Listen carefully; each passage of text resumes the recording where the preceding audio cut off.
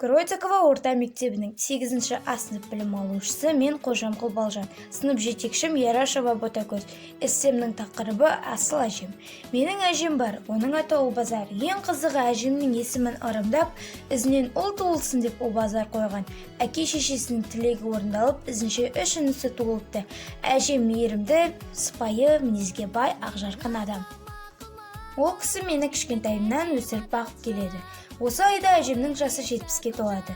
Ол мен үшін өмірдегі ең қымбат жан. Оның дайындалған сүтке қосылған күріші тілі үйреді. Тәп-тәтті. Қайта-қайта жей бергім келеді. Әжеме сол үшін де ризамын. Ақ әжем күн сайын ақыл-кеңес айтудан шаршамайды. Үнемі сабағыңды жақсы оқы. Оқыған адам ғана өз арман мақсатына жете алады. Жалқау болма, еңбекшіл бол. Өтірік айтпа, қиянат жасама. Болашақта әжемнің айтқанын орындауға тырысамын. Бұл өмірдегі ең үлкен арманым әжемнің денсаулығы мықты болып, жанымда жүре берсе екен. Мен өз әжеммен мақтанамын.